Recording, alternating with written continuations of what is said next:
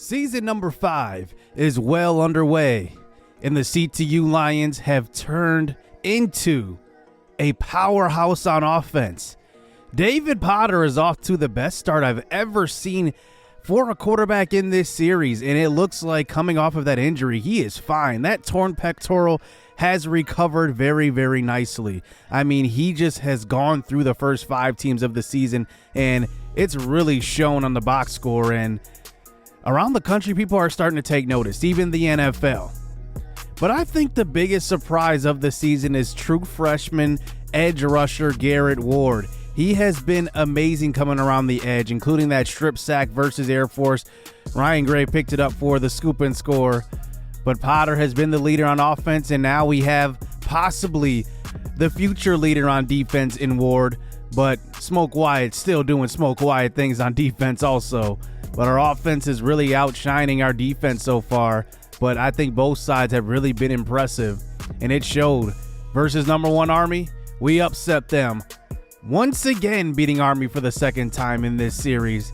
And we are now 5-0 and in the top 25 already. And here we go, playing 5-0 Texas Tech to start the second part of this season 5 documentary series now. And we are at number 9 in the country, 2-0 in the Big 12. And we have the number 1 passing offense, the number 2 scoring defense. So this is going to be an interesting second half of the season. We have one of our toughest tests so far. We've played some pretty decent teams and nobody that's been terrible. But Army was 4-0 when we defeated them. Now Texas Tech is 5-0. We'll see if we can defeat them. This could honestly be the pivotal point of the season, going up against a team that maybe is that up-and-coming Big 12 team. Who knows? Now, I want to make a change, though. On our offensive line, Yusuf Saeed has struggled, giving up 5 sacks through the first 5 games. I think that's just a little too much.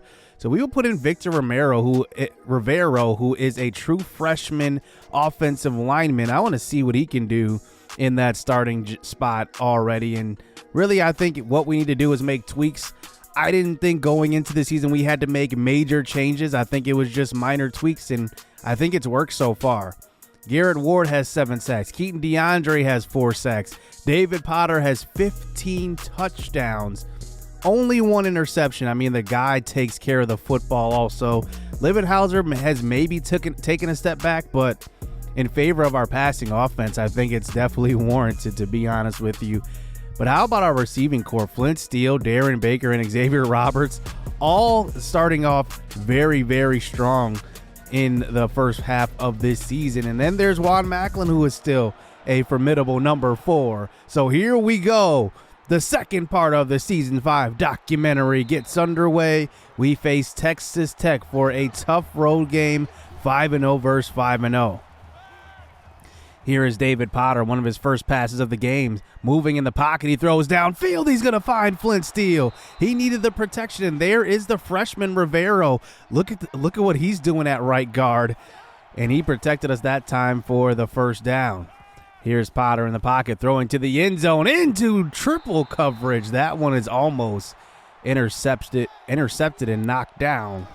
That brings it to a 3rd and 5. Potter throws to the right side, and the sideline, Lonnie Anderson is there for the deflection. 2 risky throws by Potter. We settle for 3 on the opening drive. Here is Brandon Pittman out onto the field. He has been the Texas Tech quarterback for a while now, and it looks like he is going to be really primed for his best year yet, leading this 5-0 Texas Tech team. But he gets stopped right away. That's Chad Gray who gets credit for the sack. Now a 3rd and 3, throw to the sideline and a drop by their receiver. That one was a sure first down, and now we get the ball back here at the end of the first quarter.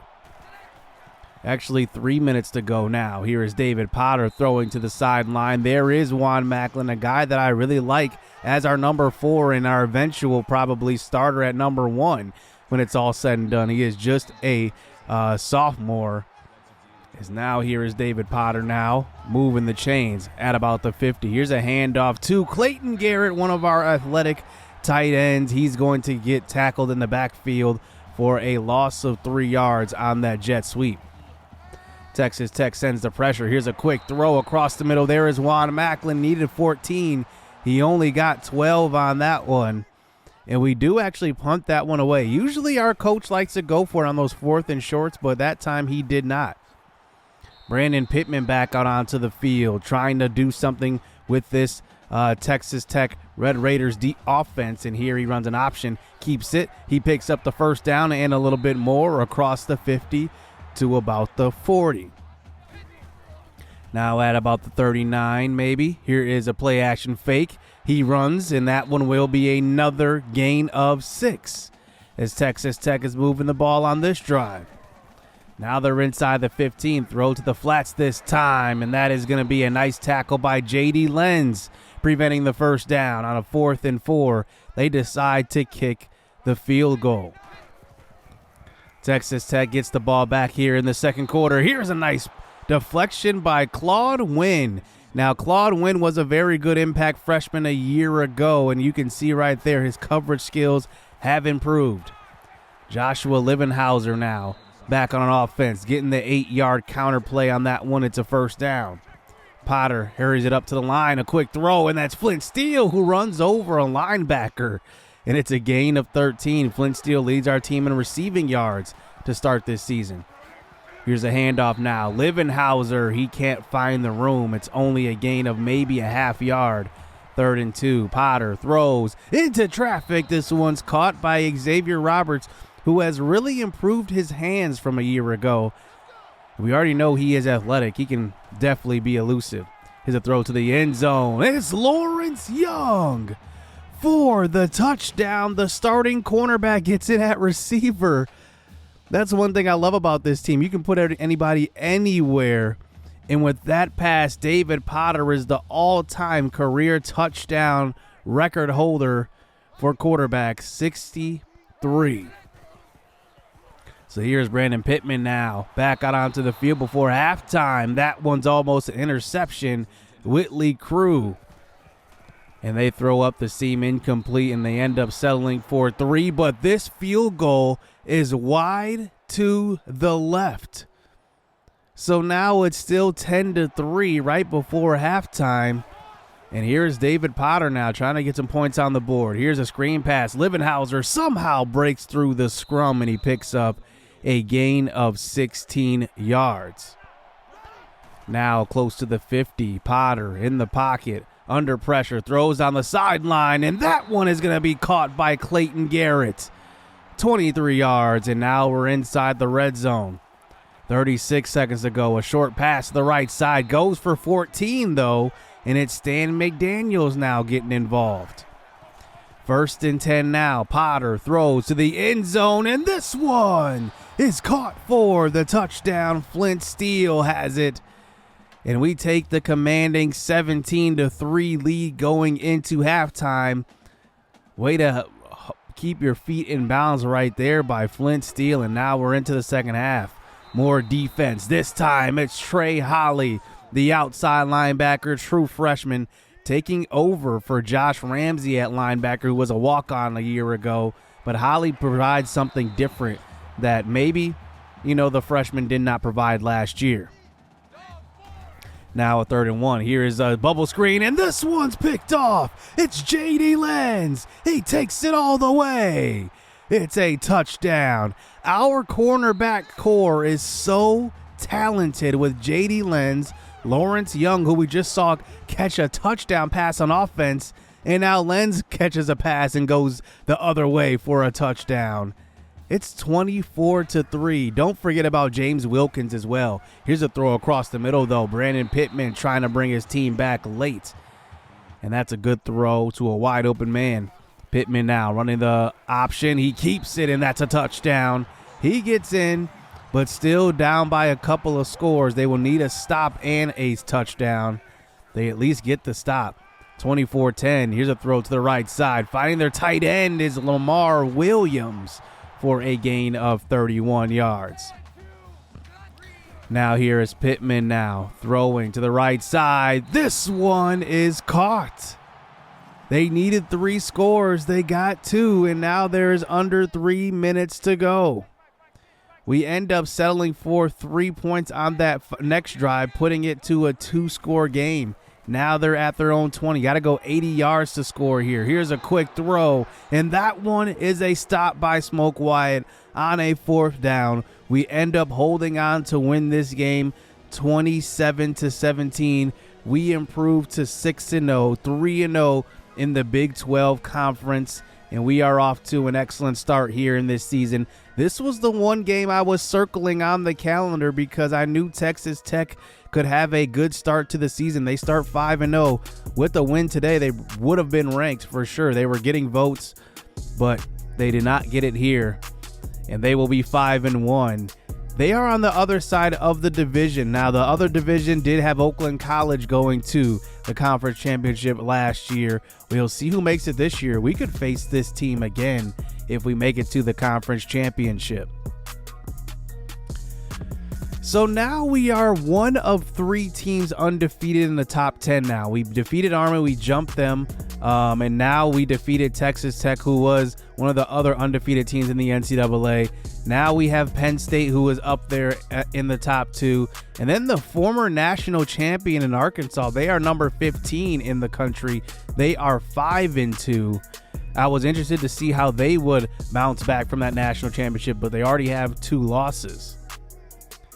Now, looking at recruiting this year, which I do want to look at with you guys, because that is still a big part of this series, I actually did an update here to my NCAA 14 revamped, and I introduced the recruiting tool. Now, since I use a team builder, there is a 2-step process to this. So I can actually update the first step of the recruiting tool, which basically modifies the ratings of incoming freshmen. So you will see incoming freshmen at 90 overall, high 80s, a lot more 5 stars as well. There's a second step to this, which is renaming the prospects to mimic real life. So have a actual likeness to their race, to the name, everything like that. But I cannot do that part since we are using a team builder, but we at least have higher overall incoming freshmen now in this series and in my eventual series. So in my next series, I won't do a team builder. That team, you will see high guy, like 92 overall freshmen. The number 1 guy is at least, like, you never know, high 80s, even low 90s. You never know. I love that update, and I might do a video on just showing you guys what that looks like, but this is what it looks like as far as ratings. We have some higher overall guys. In committing to our school in the first 6 weeks, we have a superstar quarterback, in my opinion, in Alan Jackson. He is athletic, 84 speed, 93 acceleration, 86 throw power, 85 accuracy. I think he's going to be good right away. He's out of Sarasota, Florida, and we start recruiting all around the nation because now we have 2 recruits in Florida, a 4-star defensive tackle in Kennard Jackson. He is very, very talented. Hit power's up there, tackles up there, power moves are up there as well.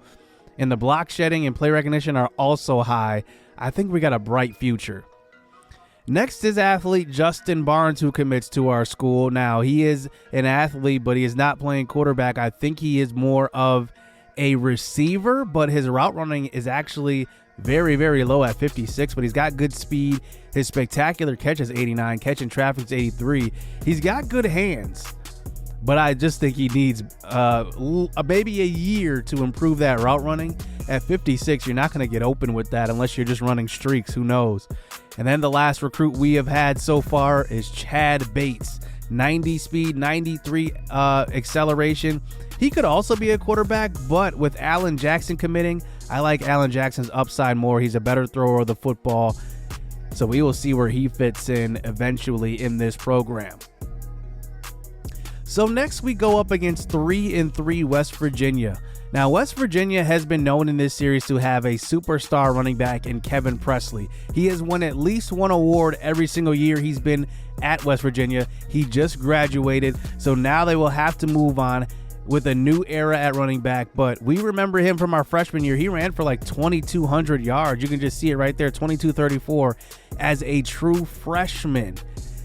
And then after that, he never got that high of yardage, but he ended up winning the Heisman as a senior. He's had a remarkable career. He owns pretty much all the rushing records for West Virginia.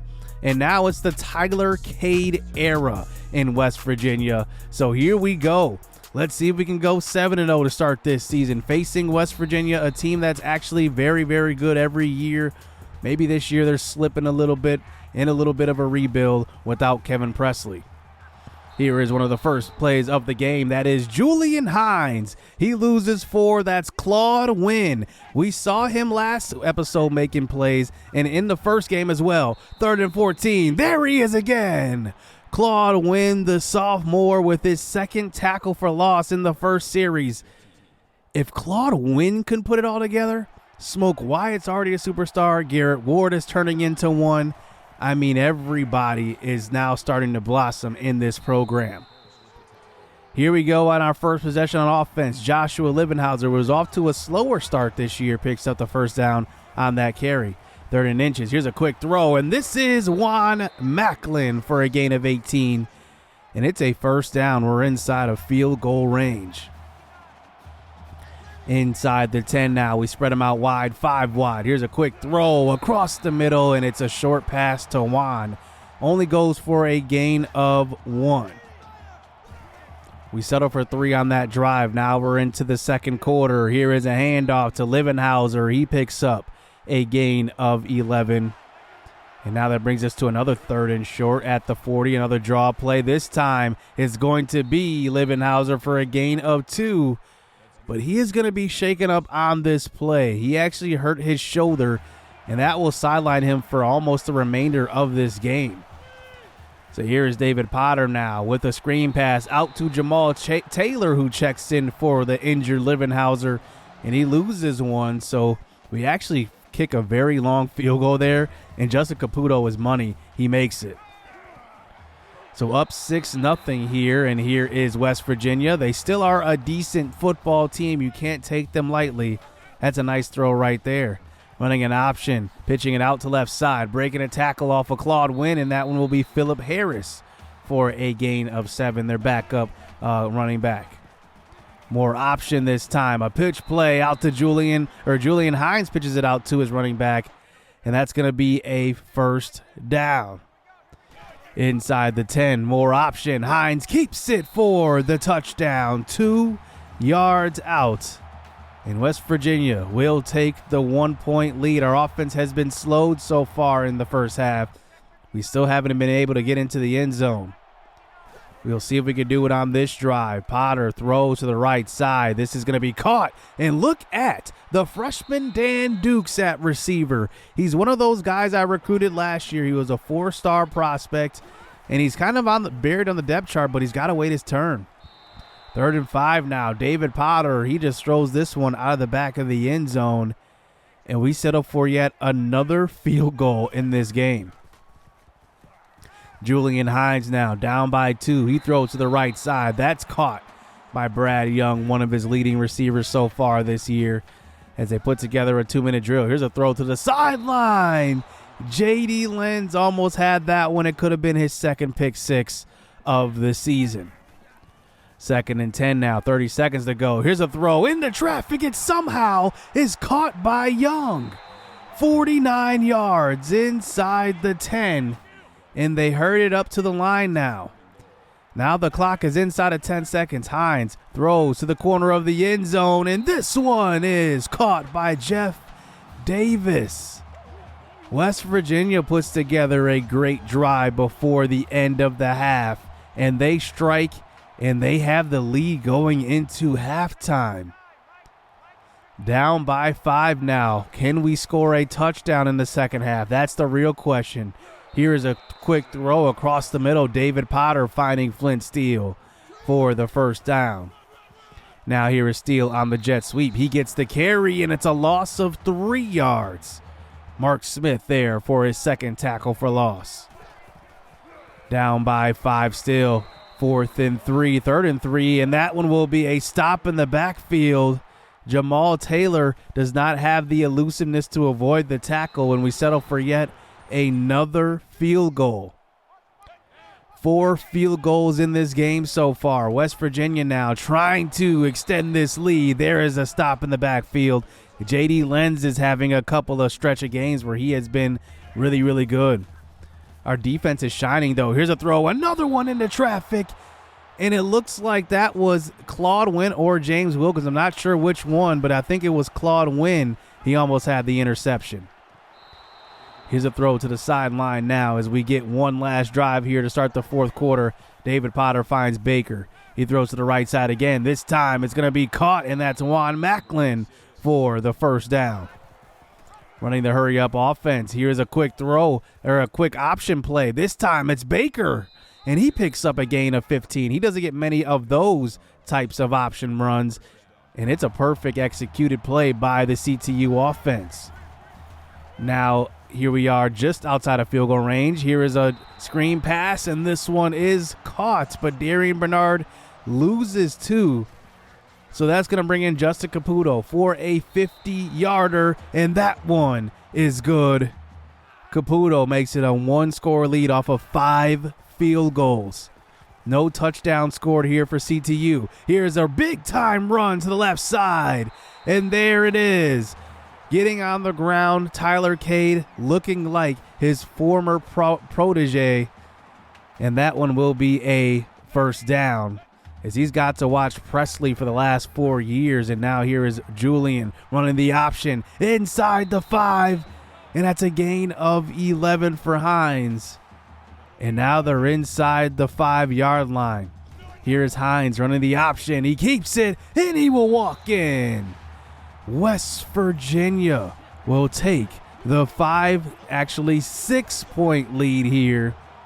And now here we go. Actually, they go for 2, making it a 7-point game. Now 22-15. Here is David Potter throwing across the middle. We need a touchdown on this one in a 1-minute drill. And Jamal Taylor is now hurt. Darian Bernard and Calvin Smith are only healthy running backs at this point. Here's a throw to the sideline. That one's caught by Darren Baker. A gain of 9. Close to the 50 now. 2nd and 10. Quick throw across the middle. It's Clayton Garrett, who's got speed at tight end. And he picks up a gain of 16 yards. And another first down. 40 seconds to go. Here's a quick throw, and that's a great defensive play. Knocked away. Our undefeated season is in jeopardy. 34 seconds to go. 3rd and 7. Potter throws to the right side. It's going to be Xavier Roberts who picks up the first and does get out of bounds. We only have 1 timeout remaining. 29 seconds to go. Potter, quick throw across the middle. Clayton Garrett picks up a couple of blocks. It's a touchdown, and we will tie this ball game up at 22 apiece. And Potter with a clutch throw to a wide open Clayton Garrett. How about Flint Steele throwing that block? He gets ran over, but getting in his way is enough. West Virginia has all 3 timeouts and 20 seconds to go. They can go the length of the field right now. They call their first timeout on that play.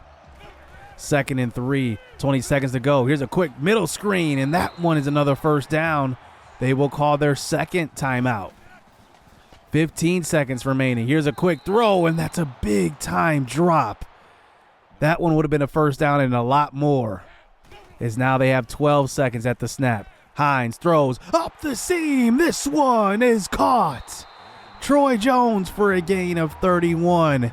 And it looks like they are on the edge of field goal range.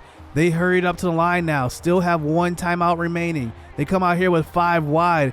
It looks like this might be the last snap of the game. Here is Hines. He gets sacked in the pocket. The ball is on the ground. Picked up. Nnamdi Ugonna Okafor.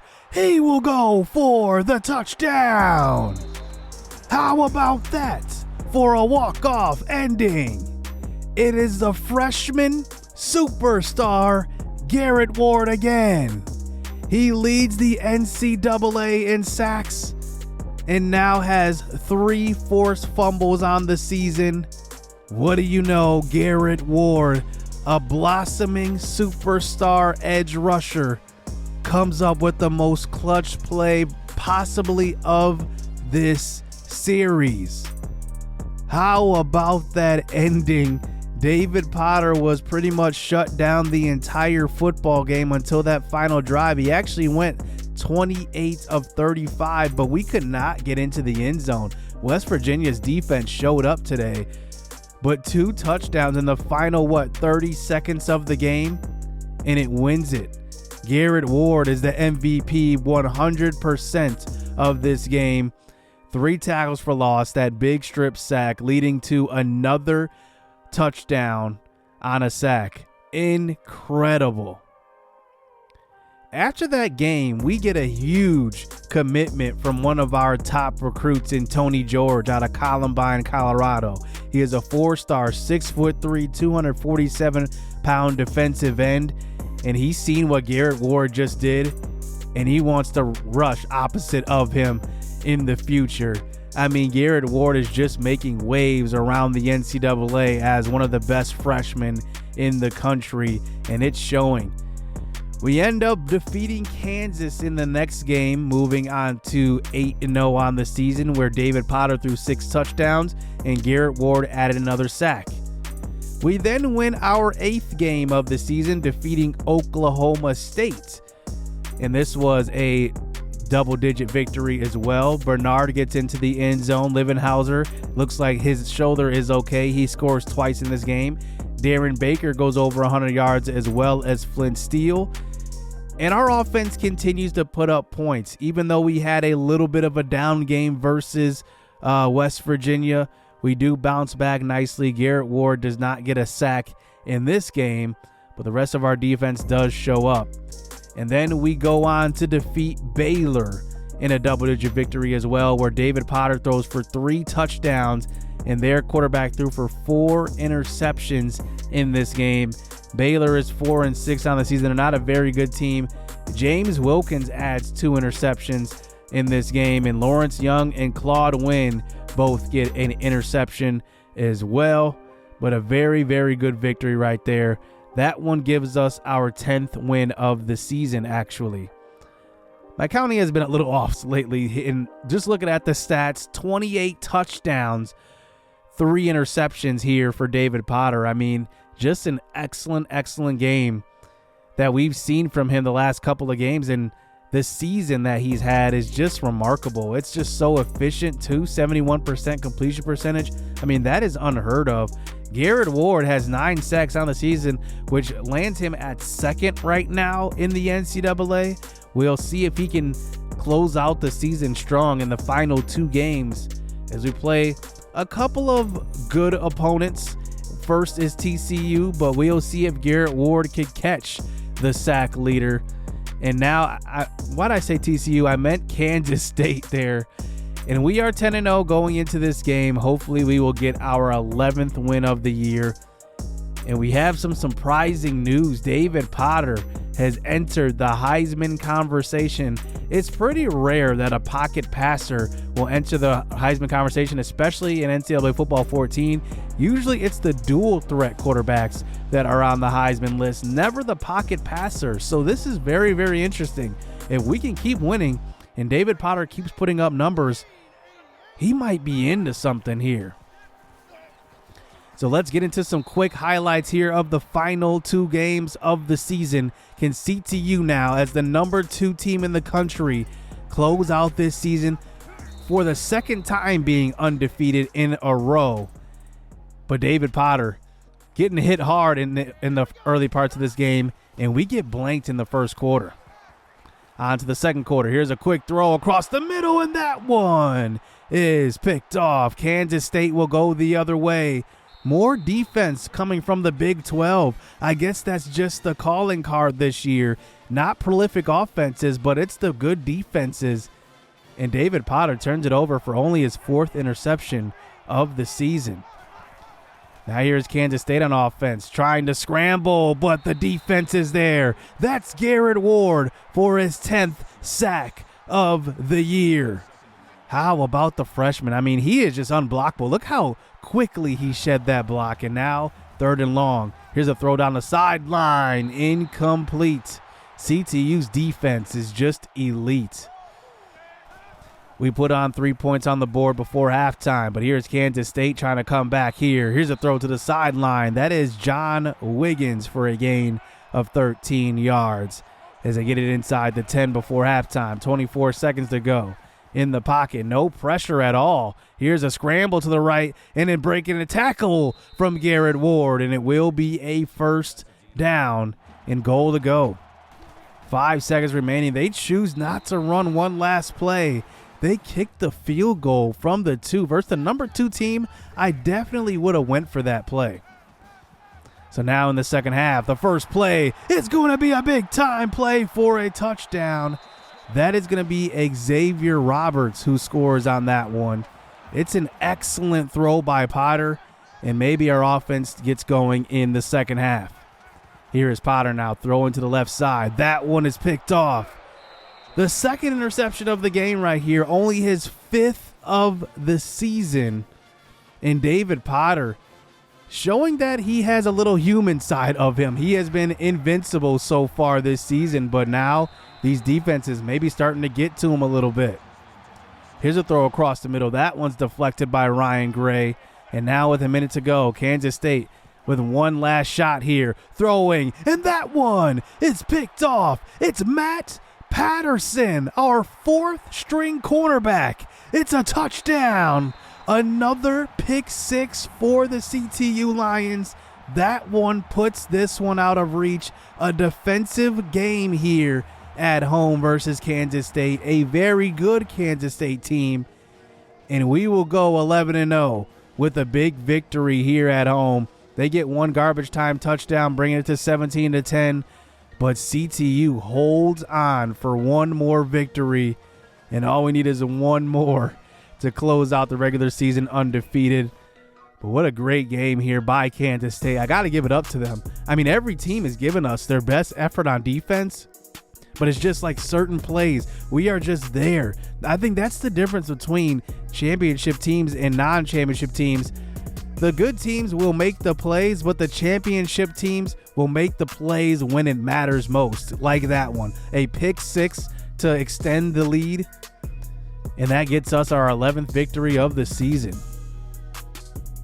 Well, it was a short-lived Heisman run for David Potter. He already drops off of the Heisman list after throwing 2 interceptions in that game, but what's more important, winning, and we got that done, moving on to 11-0.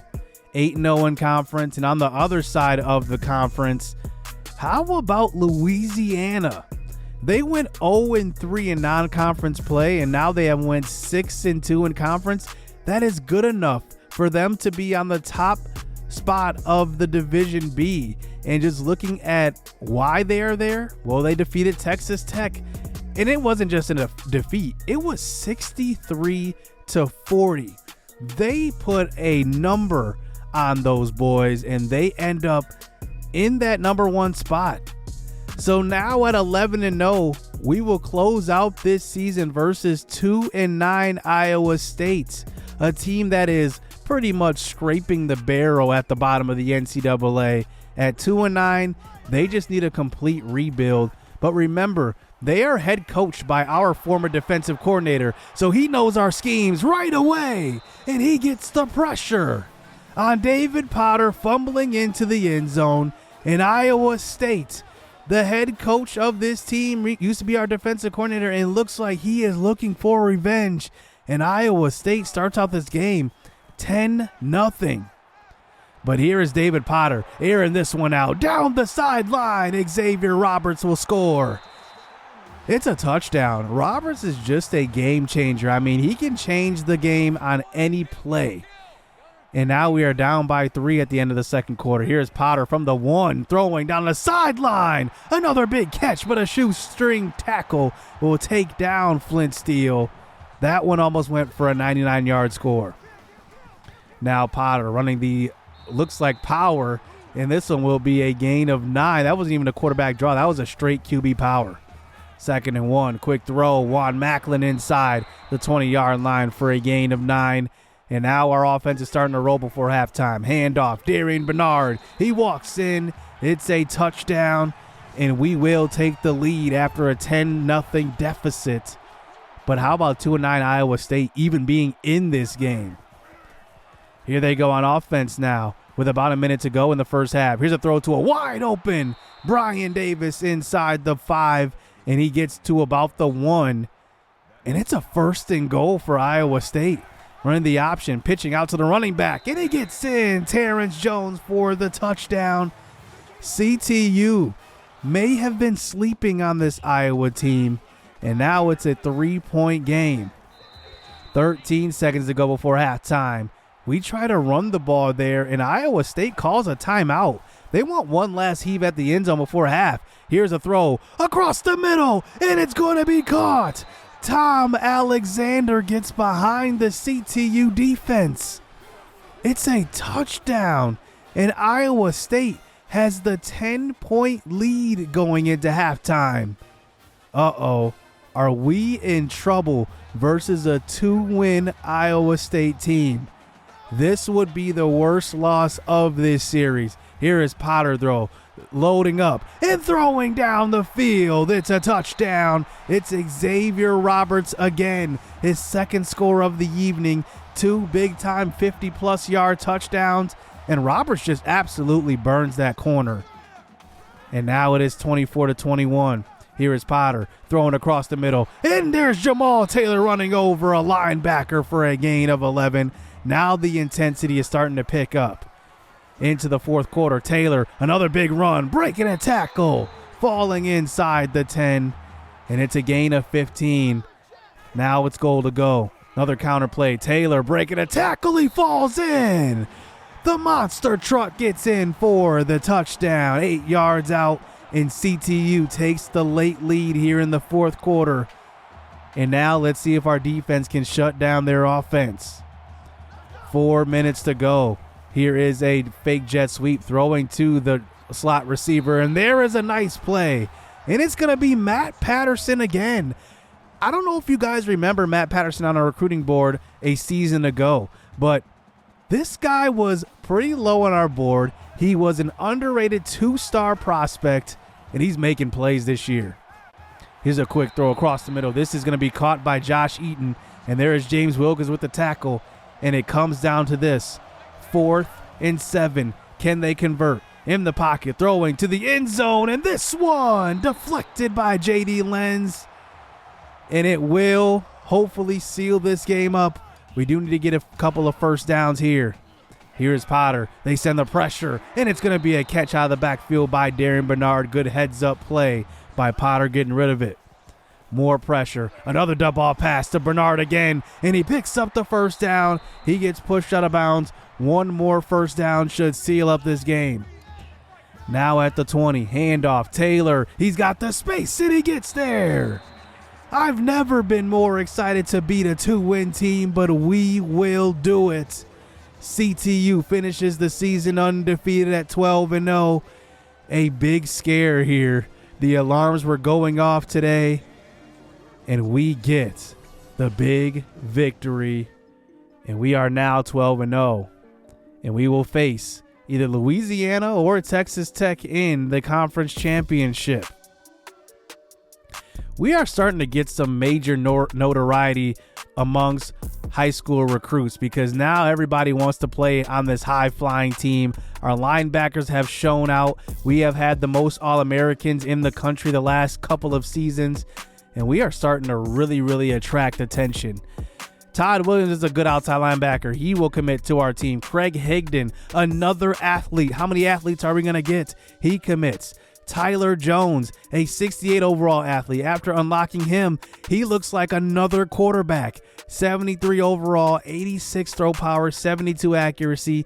But he also has some very good coverage skills. So he can play a little defensive back, but at 85 speed, I'm not sure if I want him there. So he might be another quarterback coming in to this program. Then there's Ryan Higdon, a good safety with good hit power, another defensive guy to join this program. We are just recruiting a lot of defense. Then there's James Culp, who looks like a very good, promising guy that could sit, but still, we have a good recruiting class for the first time in this series. 12 4-star prospects and 1 3-star. 13 total will land us the number 2 recruiting class. And there's just one more piece left. It's the number 20 prospect in the country in Lee Kirby. I've been recruiting him this entire year, and it's come down to us and 2 other teams. Lee Kirby is one of the best defensive ends I've ever seen at 90 block shedding, 87 finesse, 81 power. If there's one guy that I've ever wanted more, it's Lee Kirby. He could be Garrett Ward plus, but Garrett Ward is really good also. But we complete the undefeated season. There's only one other undefeated team, and that's the number 1 team left, Penn State. They are 12-0. They will play Maryland in their conference championship game. And we find out that we will play Louisiana. Now, Texas Tech had a chance to actually make this conference title game, but they ended up losing their final game and dropping to 6-3. That's a disappointment. I wanted to face Texas Tech again. I think they had a chip on their shoulder coming into this game. But now we face Louisiana, who, remember, 2 seasons ago was in the national championship before we promoted them to the Big 12. Now they're having a little bit of a tougher time versus tougher opponents. But now we'll see here next episode, will we make the national championship for the 2nd straight season? Hit subscribe, hit that like button, stay tuned. Let's get it. Let's go. I'm about my pledge. I'm decked up on blue bills, and I won't stop until the cash pit look like fall leaves in the backfield. Tell her out of my face if she coming with that bull. Quick to say my piece, I'm so after school special. She brainy, but them jeans looking like